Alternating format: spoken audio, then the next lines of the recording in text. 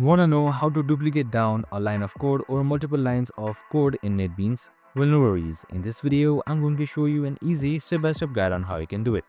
It's super simple and under a minute, so let's get straight to it. Now, first things first, simply open up your NetBeans application. So we have also created a video on how to install NetBeans, so make sure to watch it.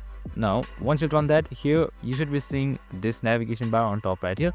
And now, just make sure that you are on the line that wants to be duplicated.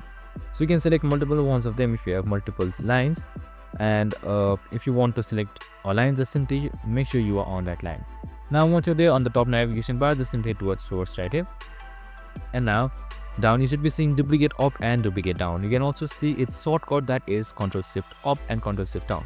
So you can just simply select any one of these to duplicate them, just like this right here. So I'll do it again to show you. So right here you can see our code has been duplicated up and down. So that's it, super simple and easy. I hope this video helped. If it did, make sure to like, subscribe and tune in with us for more of these videos. See you in the next one.